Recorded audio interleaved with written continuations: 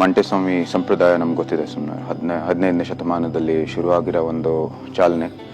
ವೀರಶೈವ ಹಾಗೂ ಶಿವಶರಣ ಅವ್ರಿಗೆ ಮಂಟೇಸ್ವಾಮಿ ಅಥವಾ ನೀಲಗಾರರ ಒಂದು ಸಂಪ್ರದಾಯ ಅಂತ ನಮಗೆ ಎಲ್ಲರಿಗೂ ಗೊತ್ತಿರುವ ವಿಷಯ.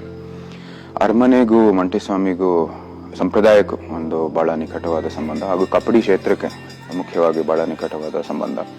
ವಂಶವು ಎಲ್ಲಿ ಒರಿಜಿನ್ ಆಗುತ್ತೆ. ಅವ್ರಿಗೆ ಸಲಹೆ ಕೊಟ್ಟಿದ್ದು ಇಂಥ ಮೈಸೂರು ಕೋಟೆಯಲ್ಲಿ ಮರನಾಯಕರು, ಚಾಮರಾಜ ವಂಶದವರು, ರಾಜಮಾತೆಯವ್ರಿಗೂ ಅವ್ರ ಪುತ್ರರಿಗೆ ತುಂಬಾ ಕಷ್ಟ ಕೊಡ್ತಾ ಇದ್ದಾರೆ ಅಂತ ಸಲಹೆ ಕೊಟ್ಟಿದ್ದು. ಇವ್ರಿಗೆ ಹೋಗ್ಬಿಟ್ಟು ಆ ಕಷ್ಟದಿಂದ ತೆಗಿಬೇಕು ನೀವು ಅಂತ ಅವ್ರಿಗೆ ಸಲಹೆ ಕೊಟ್ಟಿದ್ದು ಮಂಟೇಸ್ವಾಮಿ ಅಂತ ಅವ್ರ ಕಾವ್ಯದಲ್ಲಿ ದಾಖಲೆ ಆಗಿರುವ ಒಂದು ನಂಬಿಕೆ ಇದೆ ನಮ್ಮಲ್ಲೆಲ್ಲ.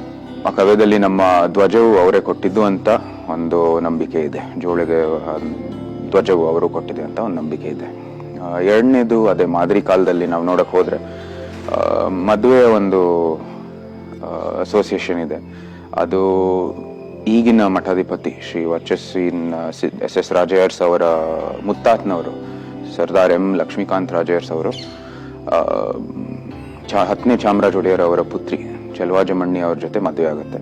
ನಮ್ಮ ಮಠಾಧಿಪತಿ ಶ್ರೀ SS ರಾಜಯ್ಯರ್ಸ್ ಅವರು ಬಹಳ ಒಳ್ಳೆ ಕೆಲಸ ಮಾಡ್ತಾ ಇದ್ದಾರೆ.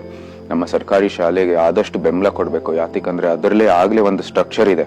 ಸೊ ಅದಕ್ಕೆ ಇನ್ನೂ ಪ್ರೋತ್ಸಾಹ ಕೊಟ್ಟು ಅದನ್ನೇ ಬೆಳೆಸಿದ್ರೆ ಅದಕ್ಕೆ ಒಂದು ಮುಂದೆ ನಾವು ನಮ್ಮ ಶಿಕ್ಷಣ ಕ್ಷೇತ್ರದಲ್ಲಿ ಅಥವಾ ಮಕ್ಕಳಿಗೆ ವಿದ್ಯಾಭ್ಯಾಸವು ಒಂದು ಹೋಲಿಸ್ಟಿಕ್ ಆಗಿ ಕೊಟ್ರೆ ತುಂಬಾನೇ ಸಹಾಯ ಆಗುತ್ತೆ ಮುಂದೆ ಹೋಗ್ತಾ ನಮ್ಮ ಭಾರತದ ಒಂದು ಡೆವಲಪ್ಮೆಂಟ್ ಅಲ್ಲಿ.